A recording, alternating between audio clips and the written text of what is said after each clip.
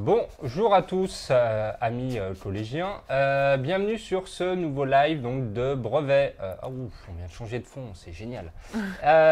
Alors, aujourd'hui, c'est vous qui faites ce live, puisque pas de questions, pas de cours théoriques, on répond tout simplement à toutes vos questions. Alors, n'hésitez pas à nous les poser en commentaire, n'hésitez pas non plus à nous suivre sur les réseaux sociaux. N'hésitez pas à poser toutes vos questions concernant tous les chapitres, toutes les notions. Vanessa se fera un plaisir d'y répondre. Je vais essayer. Ouais. Bonjour à tous. Bon, on est bien là pour réviser le brevet, donc n'hésitez pas à poser vos questions. Et si vous avez des questions de méthodo aussi, n'hésitez pas non plus. Je répondrai tant que je peux à toutes les questions. Alors, je prends une question qui est récurrente. Quelle que soit la matière, est-ce que le brevet est plus simple que le brevet blanc? Alors, le brevet n'est pas forcément plus simple dans ce qu'on vous demande. C'est-à-dire que moi, je me souviens quand j'étais prof au collège, on utilisait en fait des sujets de brevets qui étaient tombés les années précédentes pour faire nos brevets blancs. Par contre, ce qui est différent, c'est la correction. Parce qu'en fait, le brevet blanc, on vous connaît, donc on vous corrige avec nos exigences, sachant ce que vous êtes capable de faire. Le brevet normal, ce sont des personnes que vous ne connaissez pas et qui ne vous connaissent pas qui vous corrigent. Ils ne savent pas qui est l'étudiant, enfin le collégien qui a écrit. Donc, on est plus bienveillant et on corrige de façon plus souple, si vous voulez, quand on corrige le vrai brevet. Voilà. Alors, question de une personne, est-ce qu'on peut poser des questions de MC? Bien sûr. Bien sûr, oui, parce que le brevet d'histoire géo, c'est aussi de l'EMC. Donc, n'hésitez pas à poser des questions de MC aussi. Hein. Alors, Mélissa, qui nous suit beaucoup sur nos lives, te demande de faire un rapide récap sur le régime de Vichy, s'il te plaît. Ok. Alors, le régime de Vichy, donc on est pendant la Seconde Guerre mondiale. Le régime de Vichy, il commence à la suite de la fin des combats entre la France et l'Allemagne. Donc, en juin 1940, Pétain arrive au pouvoir en obtenant très rapidement les pleins pouvoirs et donc il met en place un nouveau régime qui est autoritaire. Ce régime dure jusqu'en 1944, date à laquelle la France est libérée. Et de 40 à 44, le régime de Vichy est un régime donc, qui est collaborateur, c'est-à-dire qu'il va collaborer avec l'Allemagne nazie, il va collaborer du point de vue économique, il va collaborer aussi en faisant des rafles des Juifs, collaboration aussi militaire également. On va avoir aussi un autre pan, c'est un régime qui est antisémite. Donc là, on a tout un tas de lois qui vont mettre à l'écart les populations juives du pays. Et donc, c'est un régime autoritaire parce qu'on met fin à la République et Pétain a tous les pouvoirs à ce moment-là. Voilà. Ok, deuxième question de Fatima. Comment bien faire un paragraphe argumenté? Ok, alors on parle du développement construit ici. Vous avez obligatoirement un développement construit qui est en général sur 15 points et la totalité de votre brevet est sur 50. Donc 15 points, c'est quand même un tiers à peu près de votre brevet. Donc il faut impérativement le soigner. Pour faire un bon paragraphe argumenté, si vous voulez, développement construit, il faut déjà prendre le temps de l'analyser, d'analyser votre sujet. Donc, prenez le sujet, vous repérez les mots-clés, vous repérez les verbes de consigne, si c'est raconter, expliquer, etc. Raconter, vous devez raconter une histoire, expliquer, vous devez faire comprendre quelque chose à quelqu'un, par exemple. Vous devez donc repérer les mots-clés, repérer à quel moment on se place, donc borne chronologique, borne spatiale, et ensuite faire ce qu'on appelle un brainstorming, c'est une tempête du cerveau en français, et vous posez toutes vos idées, toutes les notions que vous voulez évoquer, qui sont en lien avec le sujet, toutes les dates, tous les personnages clés, etc., etc. Et à partir de là, vous construisez un plan. Mais un développement construit, c'est forcément quelque chose qui possède une introduction, au moins 2 paragraphes et éventuellement une conclusion, mais ce n'est pas obligatoire.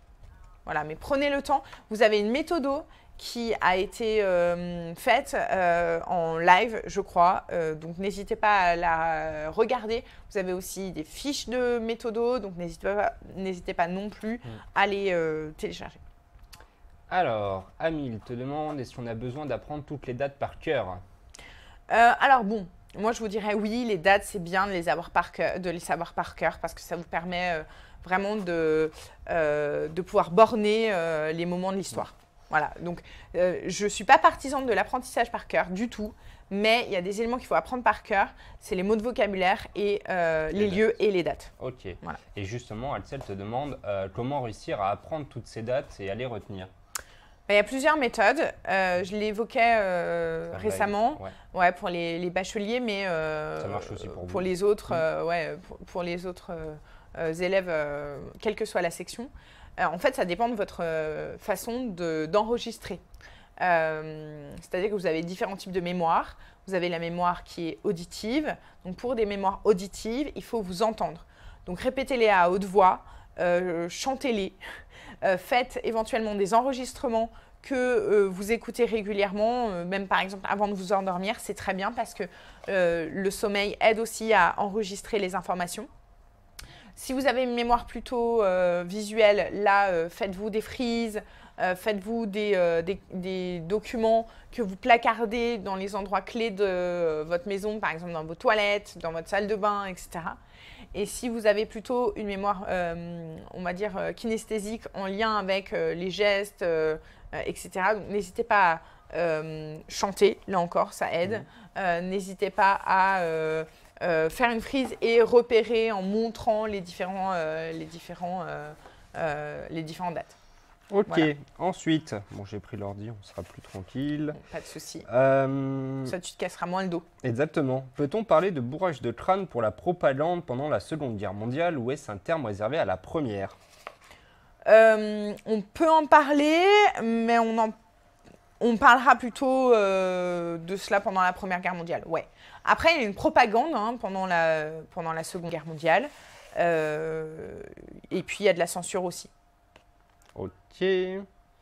Ensuite, pouvez-vous expliquer un petit peu les territoires ultramarins, s'il vous plaît? Question de Baptiste. Ok, alors, on doit travailler en géographie les territoires ultramarins. Déjà, les territoires ultramarins, ce sont les territoires qui se situent en dehors de l'Europe. Ça signifie que la Corse n'est pas un territoire ultramarin. On a deux types de territoires ultramarins. On a ce qu'on appelle les DROM, donc ce sont les départements et les régions d'outre-mer. Il y en a 5, c'est la Martinique, la Guadeloupe, la Réunion, Mayotte et la Guyane. Et ensuite, on a les COM, ce sont les collectivités d'outre-mer. Et là, on a différents types de territoires.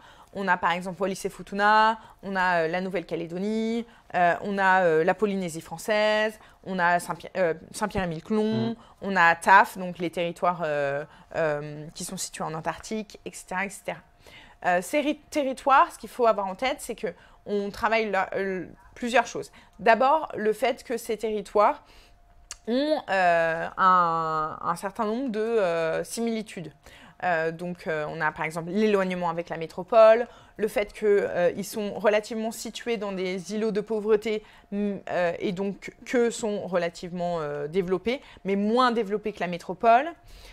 Et puis, on travaille aussi les aménagements pour permettre de réduire les inégalités. Et là, on va travailler notamment les aménagements en lien avec les voies de communication.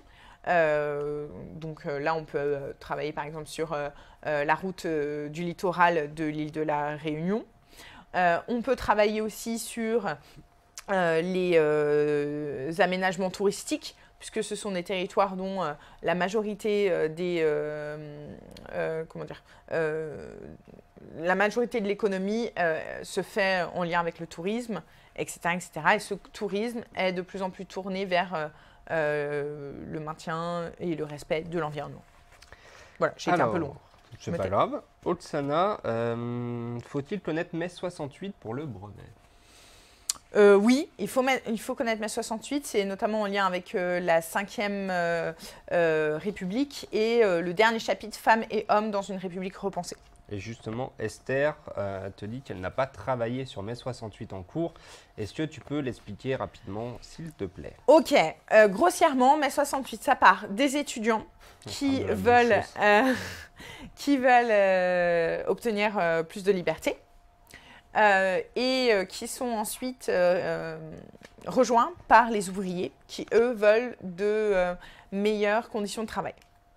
Ils vont manifester et petit à petit, le gouvernement cède face à leurs revendications et on va avoir un certain nombre de lois, notamment donc, les lois de 68 pour les ouvriers qui vont permettre une nouvelle journée, une nouvelle semaine de congé, des heures par semaine beaucoup moins importantes, une augmentation de salaire, etc.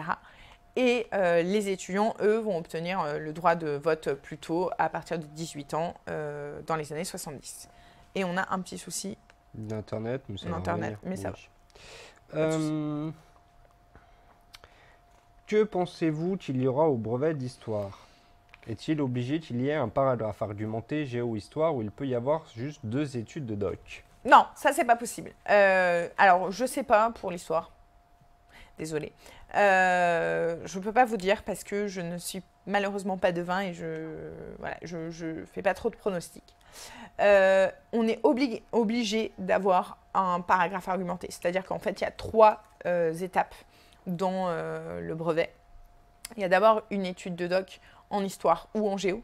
Ensuite, des repères, soit des repères spatiaux si c'est en géo, soit des repères chronologiques si c'est en histoire, et puis forcément donc ce développement construit. Et ensuite, on a de l'UMC à partir d'un document. Voilà, c'est une obligation. Par contre, si on a l'étude de doc en histoire, on a un paragraphe argumenté en géo. Serons-nous pénalisés si nous dépassons les 20 lignes du paragraphe argumenté? Bah, si on nous donne 20 lignes, c'est qu'il faut faire 20 lignes. Une vingtaine de lignes, c'est une vingtaine de lignes hein, dans la consigne. Donc c'est plus ou moins 20 lignes. Par contre, va pas en faire 40, quoi. Voilà. Bonjour le live, est-ce que tu pourrais réexpliquer la décolonisation, Marine? Oui, je peux. Alors, décolonisation, déjà, normalement, dans votre travail, vous avez étudié sur un cas particulier. Donc ça peut être par exemple l'Algérie, ça peut être par exemple l'Inde. Et en fait, l'objectif, c'est de montrer qu'il y a un contexte qui est celui des décolonisations.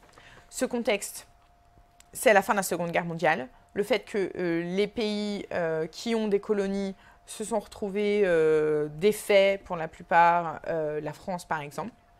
On a aussi un contexte qui fait qu'on est dans la guerre froide et que les 2 puissances vont plutôt être dans l'optique de décoloniser les pays. On a aussi l'ONU qui a été créée en 1945 et qui est la tribune des pays et qui a pour objectif de donner la liberté des peuples à se gouverner eux-mêmes. Donc là, on a un gros contexte. Ensuite, on a le début des décolonisations. Ces décolonisations, elles commencent en Asie et ensuite en Afrique. Et elles sont soit violentes lors de guerres, notamment guerre en Algérie, soit par négociation, notamment en Inde. Par contre, il faut faire aussi un distinguo, c'est qu'en Inde, il n'y a pas eu de violence pour accéder à la décolonisation. Par contre, il y a eu des violences après la décolonisation. Voilà. Ok. Est-ce que tu peux... qui sont les gueules cassées? Alors, les gueules cassées, ce sont des soldats de la Première Guerre mondiale qui se sont retrouvés mutilés en fait, par l'utilisation notamment des obus. Donc, les gueules cassées, ce sont toutes ces personnes à qui il manque soit des membres, soit qui ont le plus souvent en fait, le visage... Des éclats d'obus. Ouais, des éclats d'obus, etc. Donc, le visage, par exemple, fois à vif, etc. Voilà, ce sont les gueules cassées. Alors, Chiara te demande de lui expliquer le Front populaire.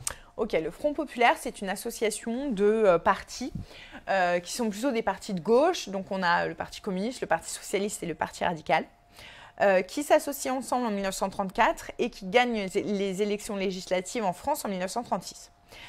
Ils arrivent donc au pouvoir. Le président du Conseil devient donc c'est un des membres du Front populaire, c'est Léon Blum.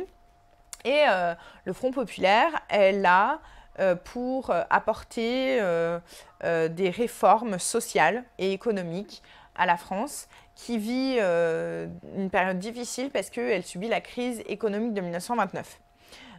En même temps, on a aussi en France un développement des ligues qui sont en fait des organisations antiparlementaires et à tendance fasciste qui veulent mettre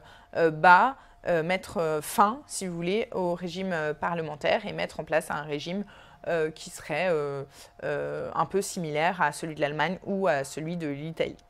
Donc voilà, le Front populaire, il arrive dans ce contexte-là, il met en place des réformes économiques, des réformes sociales, les congés payés, des conventions collectives, etc., etc. Ok, ensuite, on a une question. On en a plein des questions. Ouais, on en a. D'ailleurs, si on en rate, on est désolé. Enfin, vous alternez entre 300 et 400 sur le live. Et vous posez tous des questions. Donc, je vous avoue que si on ne les a pas posées, n'hésitez pas à les reposer. Pourquoi les États-Unis s'impliquent-ils dans la guerre du Vietnam? Ok, là on est donc dans la période de la guerre froide. Les États-Unis vont s'impliquer à la deuxième moitié 1960 et début 1970 dans la guerre du Vietnam dans la logique de containment. Le containment, c'est l'endiguement en fait, c'est-à-dire limiter l'expansion du communisme. Parce que au Vietnam, on a les populations qui progressivement deviennent de plus en plus communistes donc on a des communistes qui veulent mettre en place un régime communiste. Et donc les États-Unis vont s'impliquer au Vietnam pour empêcher le communisme de se mettre en place. C'est un échec. Le Vietnam devient un pays communiste. Ok. Peux-tu nous expliquer le traité de Rome, s'il te plaît? Alors, les traités de Rome, ce sont des traités 1957 qui donnent naissance à la CE et à Euratom, qui est en fait une organisation sur l'énergie nucléaire. La CE, c'est la Communauté économique européenne, qui lie donc en 1957 6 pays. La France, la RFA, donc en fait l'Allemagne de l'Ouest, l'Italie, la Belgique, le Benelux et le Luxembourg. Ce sont des traités qui sont mis en place après le succès de la CECA. La CECA, c'est la Communauté européenne de charbon et de l'acier avec les mêmes pays. Et en fait, ils avaient partagé donc ces deux matériaux, le charbon et l'acier, qui permettaient en fait de reconstruire les pays. Et comme ça marchait super bien, ils ont décidé de faire de nouvelles organisations en 1957. Pouvez-vous expliquer le tiers-monde? Je ne comprends pas ce que ça veut dire. Ok, on est toujours dans une logique de guerre froide. Donc on a d'abord l'URSS et ses alliés, et puis les États-Unis et ses alliés. Et on a ce qu'on appelle un troisième monde. Donc c'est ça le tiers-monde, c'est-à-dire les pays qui ont été décolonisés et qui ne veulent ni s'associer à l'URSS ni s'associer aux États-Unis. Dans les faits, ils vont être obligés plus ou moins de s'associer avec eux. Mais bref, le tiers-monde, ce sont tous les pays, notamment du Sud, qui ont été décolonisés juste après la Seconde Guerre mondiale, jusque dans les années 60. Ok. Alors, en géo, pouvez-vous m'expliquer l'aménagement d'un territoire, s'il vous plaît? Ok, l'aménagement du territoire, c'est, on va dire qu'un territoire, on pense à son aménagement avant de le faire. C'est-à-dire qu'en gros, on organise le territoire pour permettre une meilleure attractivité et puis pour permettre aussi d'être attractif sur la scène internationale et européenne. C'est-à-dire qu'en gros, on essaye de mettre en place des infrastructures comme des voies de communication. On essaye aussi de mettre en place des services, etc., etc. Donc l'aménagement du territoire, c'est tout ce qui est en lien avec l'organisation du territoire pour rendre ce territoire compétitif et attractif. Alors, Samia, pouvez-vous expliquer le renversement de la 4e République et est-ce que c'est le sujet le plus probable en géo? Renversement c'est l'histoire, déjà. Ouais, renversement de la 4e République, c'est en histoire. Le sujet le plus probable, peut-être pas, parce que c'est quand même relativement restreint. On va dire que ça peut être un sujet possible tout à fait. Renversement de la 4e République. Alors, on est en 1958, dans un contexte qui est important. On est donc en plein cœur de la guerre d'Algérie qui commence en 1954. Et en 1958, en fait, on a un comité de salut public qui est créé par des militaires français en Algérie et qui veulent que l'Algérie reste française. Et pour eux, la seule personne qui va pouvoir régler la situation, c'est De Gaulle. Donc De Gaulle est appelé au pouvoir par le président qui, à l'époque, président français, René Coty. Et De Gaulle veut remettre en place une nouvelle constitution qui serait plus en lien avec ses pensées, son idéologie, parce que De Gaulle veut une constitution avec un président au pouvoir exécutif fort, ce qui n'est pas le cas pendant la 4e République. Tiens, même question que pour le bac qu'on a eu il y a 1 heure avec le bac. Qu'est-ce que le Benelux? Benelux, c'est une association de libre-échange entre la Belgique, le Luxembourg et les Pays-Bas. Ok. Gaspard n'a pas bien compris les marchés communs. Est-ce que tu peux revenir dessus rapidement? Ok, alors le marché commun, c'est en lien avec l'Union européenne, ouais, la CE et l'UE. Le marché commun, en fait, c'est avec la CEE, les pays décident de mettre en place une abolition des barrières douanières et donc un libre-échange. Voilà. Ok, Chiara ne comprend pas. La différence entre le procès de Nuremberg et les lois de Nuremberg? C'est pas du tout la même chose, en fait. Parce que les lois de Nuremberg, c'est pendant l'Allemagne nazie. Donc les lois de Nuremberg, ce sont toutes les lois qui vont mettre de côté les populations juives. Et les procès de Nuremberg, c'est les procès qui ont lieu après la Seconde Guerre mondiale, qui vont donc juger les personnalités de l'Allemagne nazie encore en vie et qui ont été prises par les Alliés. Il y en a certains qui s'étaient enfuis, notamment en Amérique du Sud. Donc en fait, pourquoi est-ce qu'on a fait ces procès à Nuremberg? Parce que, si vous voulez, Nuremberg, c'est le symbole de lois antisémites. Voilà, donc on a voulu faire ces procès dans ce lieu symbolique. Alors, on essaie de rassembler un peu vos questions, parce que vous en avez énormément.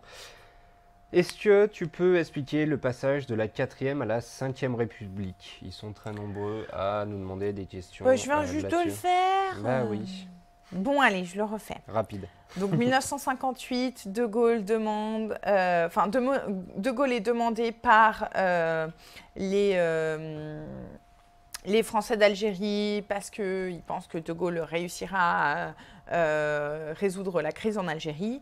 Et en fait, le problème, c'est que on est dans un contexte pendant la 4e République de régime parlementaire. Donc, De Gaulle veut mettre en place une nouvelle constitution qui soit conforme avec ses idées. Et ses idées, c'est un pouvoir exécutif fort. Voilà. Ok, merci. Faut-il savoir tous les pays du G20? Enfin, connaître, j'imagine, tous les pays du G20. C'est mieux? Les connaître, savoir à quoi ça correspond. Parce que les pays du G20, ce sont les pays qui ont les plus grandes... l'économie la plus... ouais. L'économie la plus forte. Donc, parmi eux, en fait, on a les États-Unis, la France, l'Allemagne, le Japon, la Chine, l'Inde, le Brésil, blablabla. En fait, on a 19 pays et on a l'Union européenne en tant qu'Union européenne. D'accord. C'est d'ailleurs la seule, excuse-moi, je te coupe, mais pas de souci. c'est d'ailleurs la seule organisation mondiale dans laquelle l'Union européenne est considérée comme Union européenne, enfin est représentée en tant qu'Union européenne. Alors après, on te demande qu'est-ce que la Wehrmacht? Ok, la Wehrmacht, c'est l'armée allemande. Voilà. Quelles sont les cartes à apprendre pour le brevet? Alors, il y a quelques petits croquis à apprendre, notamment sur l'organisation du territoire. Après, on a des cartes où il y a pas mal de cartes de localisation à connaître, notamment la localisation des DROM et des COM. Il faut savoir les localiser et les nommer. On a des cartes aussi en lien avec les plus grandes métropoles françaises. On a quoi d'autre? Blablabla. L'Union européenne aussi à connaître. Donc, vous en avez un certain nombre. Alors ça, juste pour info, Pour les avoir, vous avez toutes les fiches de DigiSchool qui ont été refaites en histoire géo, qui sont sur DigiSchool en accès gratuit. Et vous avez toutes les différentes cartes qui vont... Enfin, vous avez la liste. Voilà. Alors, regardez, il y a même Thomas qui va vous mettre... Bonjour Thomas à tous. Vous n'arrivez pas à faire votre lettre de motivation pour un projet d'alternance, en haut à droite, voilà. Bien, restez Alors, avec moi. vous, ça marche pareil. Il vous suffit de cliquer sur le live et vous avez un petit i comme ça là-haut. Une lettre de motivation, elle est obligatoire. Dès que vous cliquez dessus, vous avez la fenêtre qui s'ouvre, dans l'autre sens du coup. Et dedans, vous avez des liens. Et en lien, on vous a mis notamment à regarder donc après le live. Sinon, vous allez quitter le live. Le deuxième lien, ce sont donc toutes les fiches d'histoire-géographie pour le brevet. Voilà. Et on essaiera de vous mettre régulièrement des petits liens grâce à cette fonctionnalité YouTube. Alors, on en a énormément sur le tsar Nicolas II. Ouais. Alors, qui est cet homme? Bah, c'est le tsar. En fait, c'est, si vous voulez, le chef de la Russie avant qu'elle devienne URSS. Voilà. Ok. Est-ce qu'on nous demande aussi des questions sur l'OTAN? Qu'est-ce que l'OTAN? Alors, l'OTAN, c'est l'organisation du traité de l'Atlantique Nord. C'est une organisation militaire qui réunit des pays d'Europe avec les États-Unis et le Canada. Ok. Voilà. J'ai vu passer aussi pas mal de questions sur le génocide du peuple arménien. Oui. Est-ce que tu peux en faire un rapide résumé? Ok, alors le peuple arménien, c'est un peuple qui est, à l'époque de la Première Guerre mondiale, installé dans l'Empire ottoman. Et l'Empire ottoman va va utiliser, si vous voulez, une explication, enfin, va dire que les Arméniens sont responsables de défaites de l'Empire ottoman. Voilà, donc l'Empire ottoman est du côté du royaume austro-hongrois et du royaume allemand, du royaume germanique. Donc l'Empire ottoman perd, a donc des défaites et donc les responsables selon l'Empire ottoman, ce sont le peuple arménien. Le peuple arménien est donc massacré et on a ce qu'on appelle des grandes marches qui vont aboutir à la mort d'un grand nombre de la population arménienne, donc en 1915. Ok. Voilà. Nanou te demande, c'est quoi les 30 Glorieuses? Alors, les 30 Glorieuses, c'est une période de croissance économique extrêmement forte qui va toucher les pays européens, le Japon, dans une moindre mesure les États-Unis. Après la Seconde Guerre mondiale et jusque dans les années 70, les 30 Glorieuses s'arrêtent au moment des chocs pétroliers de 1973 et 1979 qui touchent directement les populations européennes et américaines puisque elles ont besoin de beaucoup d'énergie, notamment de beaucoup de pétrole pour subvenir à leurs besoins. Parfait. Qu'est-ce qu'une guerre d'usure? Alors, le principe de la guerre d'usure, c'est une guerre dont le but est d'obtenir la victoire, mais en usant son adversaire. Okay. Voilà. Donc, on va essayer de le faire stopper les combats, mais en provoquant, si vous voulez, comment dire, pas un désintérêt, mais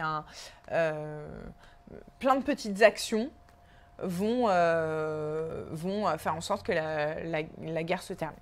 Je suis désolée, c'est pas très clair. Ça va. À quoi sert l'OTAN? Question d'Axel. C'est une organisation militaire, du coup.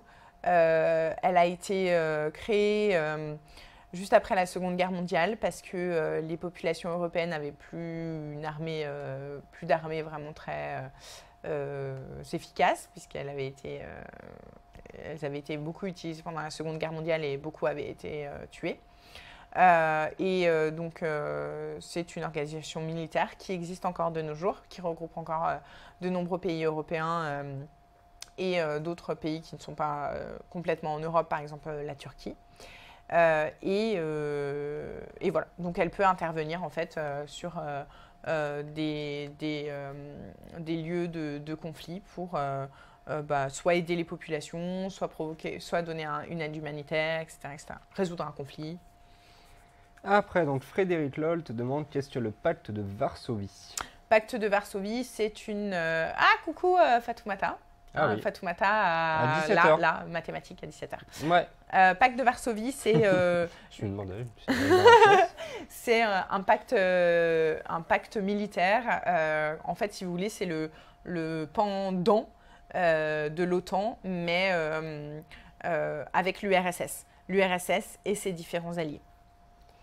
Ensuite, on a d'autres questions. On en a plein, ça défile à une vitesse. Est-ce qu'il est possible de parler des procès de Moscou? Alors, les grands procès de Moscou, ce sont des procès qui ont lieu pendant Staline. Donc, Staline est à la tête de l'URSS jusqu'en 1953, date à laquelle il meurt. Et les grands procès de Moscou ont lieu en 36-38, si je ne m'abuse. Ce sont des procès truqués qui visent à évincer du pouvoir tous les ennemis, si vous voulez, de Staline. Voilà. Ok. Alors, après, DigiSchool, notez ceci s'il vous plaît, c'est vraiment important. Qu'est-ce que la renaissance du concubinage et la loi Dallot?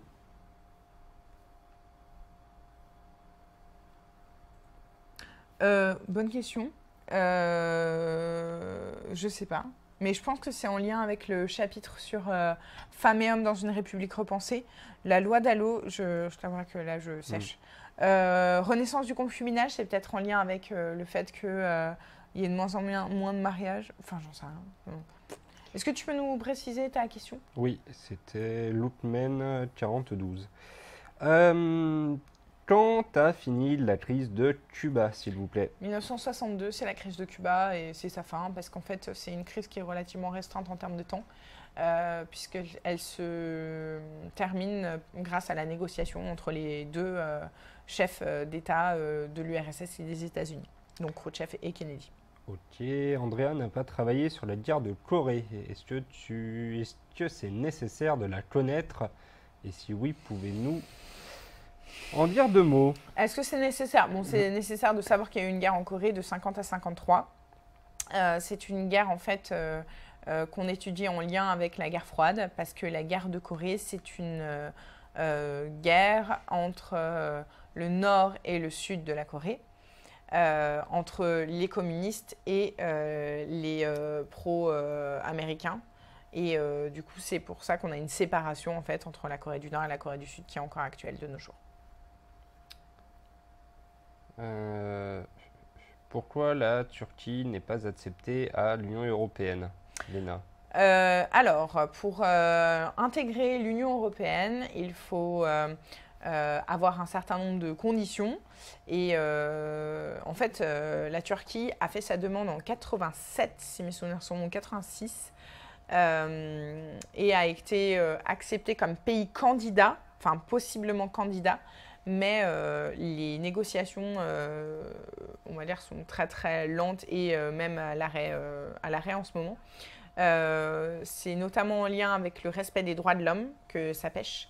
On a aussi un problème de définition de l'Union européenne si on intègre la Turquie, parce que la Turquie n'est qu'une toute petite partie en Europe et en grande partie en Asie. Parce que la partie européenne, c'est celle qui est en lien avec... c'est Istanbul. Et la dernière chose, c'est que la Turquie étant extrêmement peuplée, elle aurait un pouvoir extrêmement fort parce que les institutions européennes sont en lien avec le nombre d'habitants par pays. Donc plus vous avez d'habitants dans un pays, plus vous avez de voix dans les institutions européennes. Donc c'est aussi pour ça que je pense les principaux pays fondateurs, pour l'instant, rechignent un peu à faire intégrer la Turquie dans l'Union européenne. Alors, Otsana te demande si tu penses que l'égalité homme-femme a des chances de tomber cette année, car c'est un sujet important et actuel. Oui, ça peut tomber. Je l'ai vu sur Washington. Washington, il traite de la parité homme-femme et des inégalités. Donc oui, c'est tout à fait possible, hein. C'est un sujet qui est tombé en EMC à Washington.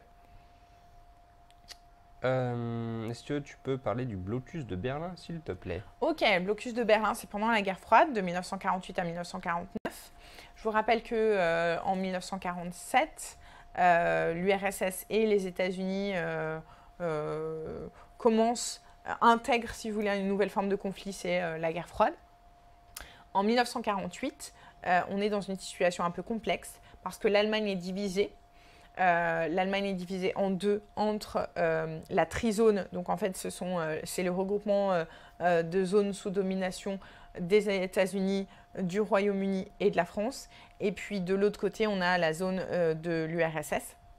Et en fait, Berlin se trouve dans la zone de l'URSS, mais est divisée entre Berlin-Ouest, qui est allié aux États-Unis, au Royaume-Uni, à la France, et Berlin-Est, qui est allié du coup aux soviétiques. Et Staline met en place un blocus, c'est-à-dire que les Français, les Britanniques, les Américains ne peuvent plus acheminer de ravitaillement, que ce soit alimentaire, que ce soit énergétique, etc., dans Berlin-Ouest. Et donc la solution trouvée, c'est d'établir un pont aérien, c'est-à-dire qu'il y a des avions qui vont circuler de l'Allemagne de l'Ouest jusqu'à Berlin-Ouest pour ravitailler les populations.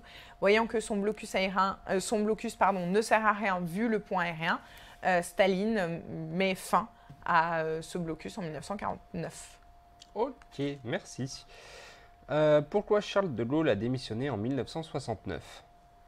Charles de Gaulle a démissionné en 1969, donc pendant la Ve République, parce qu'il avait mis en place un référendum.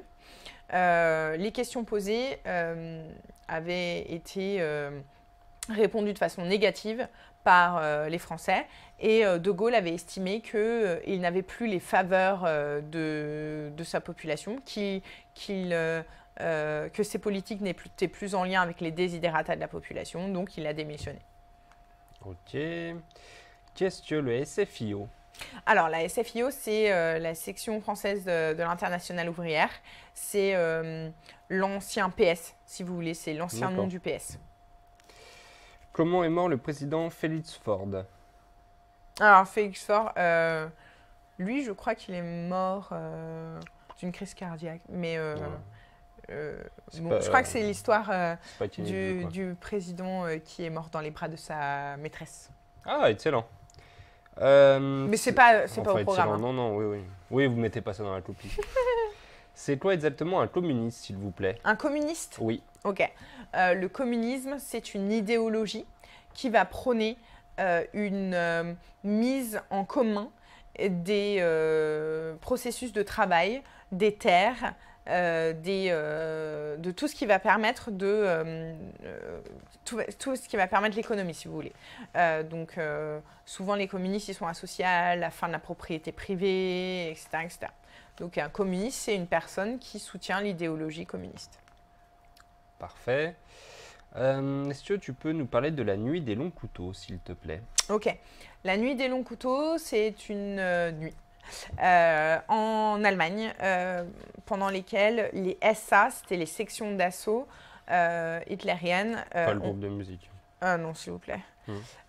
Ont été massacrés parce que c'était un groupe plutôt violent et qui pouvait mettre à mal le pays, si vous voulez. Ok. Est-il nécessaire de connaître toutes les capitales des pays de l'Union européenne pour de la géographie ? Normalement, c'est une condition, oui. Normalement, c'est une condition, il faut connaître les capitales. Ouais. Il y en a 28. Ouais. Bon, ok, vers les pays du Nord, ça se complique un peu, là. L'Estonie, la Lituanie, la Lettonie, ouais, c'est un peu plus compliqué. Ouais, ou ceux de l'ex-Yougoslavie aussi, c'est pas... Ouais, mais il n'y en a que 2 au final qui sont dans l'Union européenne. Il y a la Croatie et puis la Slovénie. Zagreb. La Slovénie, par contre, je sais pas. Je voulais chercher. La cause de la révolution russe de 1917. La cause de la... Ok. En fait, il y a eu 2 révolutions russes, donc en février et en octobre 1917. La première révolution russe, c'est en lien avec un mécontentement de la population. Donc, on est toujours en guerre pendant la Première Guerre mondiale. La population n'a plus assez à manger et on a ras-le-bol de la guerre. Du coup, parce que bon, les Russes, ils se sont un peu fait comment dire, attaquer et ils ont eu beaucoup de pertes. Donc ce sont les femmes, les soldats et les ouvriers qui vont eux-mêmes manifester. Ça aboutit à la chute du tsar et à la naissance d'un gouvernement provisoire. Et en octobre, voyant que la situation est, on va dire, plutôt pas mal pour lui, Lénine revient en Russie et les communistes russes mettent en place une nouvelle révolution qui, elle, aboutit à la naissance d'un État communiste, d'un État donc soviétique. Ok, Dolly te demande qui est le maréchal Joffre. Bah, c'est un militaire. Bon, franchement, il n'y a pas à en savoir plus, quoi. Pourquoi Charles de Gaulle a démissionné en 1969? Ça, on l'a déjà fait. Ouais, je te l'ai posé. Pouvez-vous nous dire les dates et les points clés de la guerre froide, s'il vous plaît? 1947, le plan Marshall et les deux doctrine Jdanov et doctrine Truman. C'est la doctrine Truman en premier, donc doctrine Truman et doctrine Jdanov. Les différentes crises de Berlin, donc 1948, 1949, 1961. Donc ça, c'est la création du mur de Berlin en 1989, c'est la chute du mur de Berlin, la fin de la guerre froide en 1991 et la crise de Cuba en 1962. Staline, Lénine, je suis perdu, au secours. Ok, Lénine, c'est le premier, si vous voulez. C'est celui qui a mis en place un régime communiste. Lénine meurt et c'est Staline qui prend sa relève et qui devient chef de l'URSS. Ok. Bon, la 5e République, il y en a énormément qui veulent en parler, mais on l'a déjà fait, donc n'hésitez pas à regarder ce live en replay. Vous aurez toutes les informations. Il n'y a pas trop de questions de géo, en fait. Hein. Il y a beaucoup de questions d'histoire. Hein. Ouais, la géo et de MC encore moins. Le MC, on va dire que si on a un minimum de connaissances, qu'on regarde les documents, qu'on a étudié un petit peu, ça va. C'est moins compliqué, puis c'est 10 points sur 50. Quoi. Est-ce que tu peux parler des espaces productifs, s'il te plaît? Alors, les espaces productifs, ce sont donc les espaces agricoles, industriels et tertiaires. Quand on parle d'espaces productifs, ce sont les espaces en fait, qui vont fournir un dynamisme économique. Donc, on a les espaces agricoles et là, on va bien montrer qu'il y a des espaces qui sont très dynamiques en France, mais il y a des espaces aussi en déprise, c'est-à-dire qu'il y a des agriculteurs qui quittent leurs terres. Deuxième type d'espace, ce sont les espaces industriels. On a plusieurs types d'industries. On a des industries qui sont très dynamiques, liées à des centres de recherche. Donc ça, c'est tout ce qui est en lien avec les pôles de compétitivité, etc. On a des industries qui sont liées aussi avec les ports, donc c'est les zones industrielles ou portuaires. Et les vieilles industries du nord et de l'est de la France qui, elles, étaient fondées sur l'extraction de matières premières qui ont fermé et qui sont en reconversion, donc plutôt en difficulté économique, à moins qu'elles aient trouvé d'autres activités. Et enfin, le tertiaire, lui, il concerne soit les services, soit le tourisme. Voilà. Ok. Est-ce que tu peux nous parler des territoires ultramarins? Question de géo. J'en ai déjà parlé un petit peu aussi, au début. Un petit peu, ouais. On a dit les DROM et les COM. Ouais, voilà, j'en ai parlé. Mais ça, on a fait un live en plus là-dessus. Ouais, en plus. Ouais. Donc, n'hésitez pas. C'est une question que auquel j'ai déjà répondu au début du live, donc n'hésitez pas à le regarder en replay. Ouais. C'est quoi l'euroscepticisme? Alors, l'euroscepticisme, c'est le fait qu'on a des populations européennes qui sont sceptiques, c'est-à-dire critiques envers la construction européenne, envers l'Union européenne. Donc ça, on peut par exemple le voir lors du référendum sur le Brexit au Royaume-Uni, les Britanniques ont voté plutôt pour une sortie du Royaume-Uni de l'Union européenne. Bon, c'est pas encore fait. Hein. Question de MC. C'est pas encore fait, d'ailleurs, excuse-moi. Ouais, mais toutes les questions sur l'Union européenne, vous dites bien qu'il y a 28 pays dans l'Union européenne. D'accord? C'est pas encore fait. Le Brexit n'est pas encore fini. On est d'ailleurs en ce moment en train de voir que le Brexit, entre guillemets, dur ne se fera pas. Donc, pour l'instant, dans l'Union européenne, il y a 28 pays. Pardon. Une question de MC. Très bien.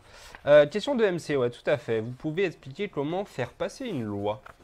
Ok, alors le principe de la loi, donc on a d'abord soit un projet, soit une proposition de loi. Un projet, ça vient du gouvernement, c'est-à-dire soit du président, du Premier ministre. Une proposition, ça vient de l'Assemblée nationale ou du Sénat. La loi est créée lors de commissions, arrive à l'Assemblée nationale et au Sénat. Ou elle est votée d'abord à l'Assemblée, après au Sénat? Alors, ce n'est pas forcément l'Assemblée d'abord et le Sénat ensuite. C'est, on va dire que les deux votent. Okay. Et à chaque modification dans les différentes assemblées, on revote. C'est-à-dire que l'Assemblée nationale, si elle fait ce qu'on appelle des amendements, les amendements doivent être votés au Sénat, etc. Donc, c'est ce qu'on appelle la navette parlementaire entre l'Assemblée nationale et le Sénat. Ça peut durer longtemps. Donc, pour mettre fin à cette navette, il faut savoir que l'Assemblée nationale a le dernier mot. Et l'Assemblée et le Sénat sont juste en face, il y a juste la place de la Concorde entre les deux. Oui, pareil. Et du coup, au final, une fois que l'Assemblée nationale et le Sénat ont voté la loi est inscrite la loi est promulguée par le président et est inscrite au bulletin officiel et là, elle est mise en place réellement. Ok. Quand les femmes ont eu le droit de vote? 1944. 44, droit de vote, exercé pour la première fois en 1945 pour les municipales. Ça veut dire quoi, espace Schengen? L'espace Schengen, c'est un espace de libre circulation des populations au sein principalement de pays de l'Union européenne. Donc quand on va en Espagne, on n'a pas besoin de montrer sa carte d'identité quand on passe par la route, par exemple. Ok. Quelle est l'influence qu'apporte la France à l'Union européenne? Alors, la France, c'est l'un des principaux pays fondateurs de l'Union européenne, donc elle a une grande influence. Elle accueille le Parlement européen à Strasbourg. Elle a un certain nombre une impulsion, si vous voulez, d'autant plus que comme elle est l'un des pays les plus peuplés de l'Union européenne, elle a un grand nombre de voix. Donc voilà, quelques éléments pour montrer l'influence. Ok. C'est quoi les BRICS? Les BRICS? Ouais. Ok, BRICS, ce sont les initiales des pays émergents qui se sont réunis. Donc c'est le Brésil, la Russie, l'Inde, la Chine. Et le S, c'est pour Afrique du Sud et en fait South Africa en anglais. La nuit de cristal, s'il vous plaît. Déjà, non, la nuit des longs couteaux. Ouais. La nuit de cristal, c'est en Allemagne toujours, pendant l'Allemagne nazie. La nuit de cristal, c'est une nuit pendant laquelle en fait les synagogues, les magasins, les juifs ont été violentés, etc. Donc on est dans une période de montée des lois antisémites et des réactions antisémites en Allemagne. Ok. Pouvez-vous expliquer le rôle des femmes de 1915 et 1916 ? C'est hyper précis, 1915 et 1916. Les femmes, pendant la Première Guerre mondiale, elles ont remplacé les hommes à l'usine. Elles ont créé les munitions, mais aussi dans les champs. Donc, il y a d'ailleurs le discours de Viviani, qui était président du Conseil, si je ne dis pas de bêtises, à l'époque de la mobilisation en 1914, qui parle des femmes qui doivent se mobiliser pour remplacer les hommes dans les champs. Ok, on va prendre encore une ou deux questions et puis on arrivera à la fin de ce live. Yes. Nous n'avons pas vu le thème EMC sur l'égalité homme-femme. Pouvez-vous me l'expliquer, s'il vous plaît? Merci. Dans les grandes lignes, on travaille sur l'égalité homme-femme. Donc, on voit qu'il existe en fait une inégalité homme-femme malgré les différentes lois. Il y a une loi qui prône l'égalité homme-femme. D'ailleurs, la date m'échappe, 1960 et des poussières. Mais depuis, en fait, il y a eu plusieurs autres lois qui montrent bien que cette loi d'égalité n'est pas respectée. On a une inégalité en termes d'économie, puisque les femmes gagnent moins que les hommes, sont plus souvent sur des travaux précaires et notamment des contrats pas à temps complet, donc à temps partiel, merci. On a aussi une inégalité en termes politique, puisqu'on est obligé de mettre en place un principe de parité entre l'homme-femme. Alors, la parité, ça vaut aussi pour n'importe quoi, hein, pour dans les grandes entreprises, etc. etc. Donc, en fait, on travaille le fait qu'on n'arrive pas à mettre en place une réelle égalité homme-femme. Ok. Alors, je vais t'en trouver. Ah, bien, c'est une bonne question. Des films à nous conseiller pour l'histoire? Des films à vous conseiller. Alors, d'abord, je vais vous parler de quelques documentaires. Vous avez les documentaires Apocalypse, qui sont très, très bien. Alors, ils sont parfois un peu longs, mais je crois que sur la Seconde Guerre mondiale, il y a 5 épisodes. Ils sont vraiment très, très bien. Donc, il y a la Seconde Guerre mondiale, il y a Hitler, je me demande s'il n'y a pas Staline, il doit peut-être y avoir la Première Guerre mondiale. Donc, Apocalypse, c'est vraiment génial si vous voulez bien comprendre les tenants et les aboutissants. Il y a plein de films trop bien. Vous avez, il y a un film récent qui est passé, qui était sur la mort de, ça s'appelle La mort de Staline, si mes souvenirs sont bons. C'est plutôt drôle et c'est plutôt pas mal. Vous avez tous les films sur la Première Guerre mondiale, La Chambre des officiers par exemple, Joyeux Noël. Aussi, c'est un film de ou avec Guillaume Canet. Je ne sais pas si c'est de Guillaume Canet. Vous avez les films sur Hitler, La Chute notamment. La vie est belle. Comment? La vie est belle. Ouais, il est très bien ce film. Ouais. Très beau, mais très poignant sur les déportations. Vous avez les documentaires qui ont été faits aussi sur les déportations.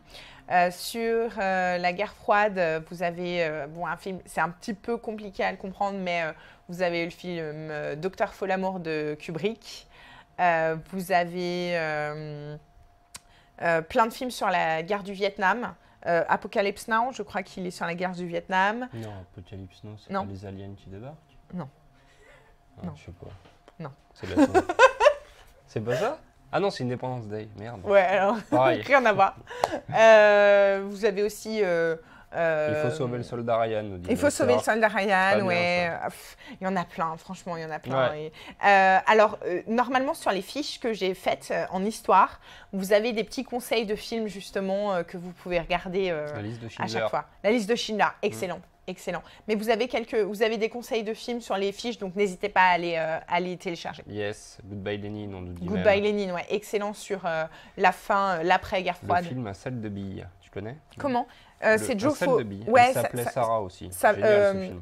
Elle s'appelait Sarah et très bien. Le sac de billes, ça vient d'un roman de Joffo, je crois aussi.